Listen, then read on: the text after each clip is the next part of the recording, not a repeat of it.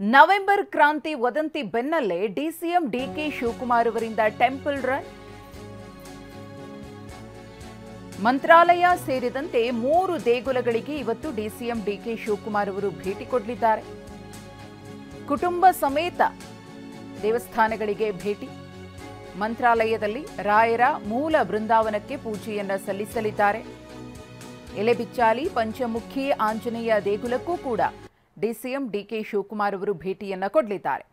ಒಂದು ಕಡೆ ನವೆಂಬರ್ ಕ್ರಾಂತಿ ವದಂತಿ ಜೋರಾಗಿದೆ.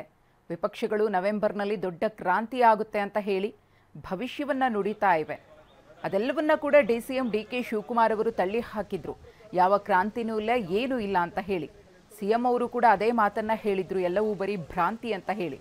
ಆದರೆ ಈ ವದಂತಿಯ ಬೆನ್ನಲ್ಲೇ ಡಿಸಿಎಂ ಡಿಕೆ ಶಿವಕುಮಾರ್ ಅವರು ದೇವಸ್ಥಾನಗಳಿಗೆ ಭೇಟಿಯನ್ನ ಕೊಡ್ತಾ ಇರುವುದು ತೀವ್ರ ಕುತೂಹಲವನ್ನ ಕೆರಳಿಸಿದೆ. ಇದೀಗ ಅಕ್ಟೋಬರ್ ತಿಂಗಳ ಅಂತ್ಯಕ್ಕೆ ನಾವು ಬರ್ತಾ ಇದ್ದೀವಿ.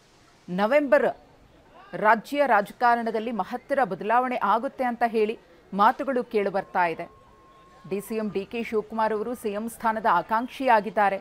ಈಗಾಗಲೇ ಒಪ್ಪಂದ ಕೂಡ ಆಗಿದೆ. ಎರಡೂವರೆ ವರ್ಷ ಅಂತ ಹೇಳಿ ಅಧಿಕಾರ ಹಂಚಿಕೆಯ ಕುರಿತು ಒಪ್ಪಂದ ಆಗಿದೆ. ಅದರಂತೆಯೇ ಮುಂದೆ ಡಿಸಿಎಂ ಡಿಕೆ ಶಿವಕುಮಾರ್ ಅವರು ಸಿಎಂ ಆಗ್ತಾರೆ ಅನ್ನೋ ಮಾತುಗಳು ಕೂಡ ಕೇಳಿ ಬರ್ತಾ ಇದೆ. ಆದರೆ ಈಗ ಅವರು ದೇವಸ್ಥಾನಗಳಿಗೆ ಭೇಟಿಯನ್ನ ಕೊಟ್ಟು ವಿಶೇಷ ಪೂಜೆಯನ್ನ ನೆರವೇರಿಸ್ತಾ ಇರುವುದು ಮತ್ತೊಂದು ಕಡೆ ರಾಜಕೀಯ ಚರ್ಚೆಗೆ ಎಡೆ ಮಾಡಿಕೊಟ್ಟಿದೆ.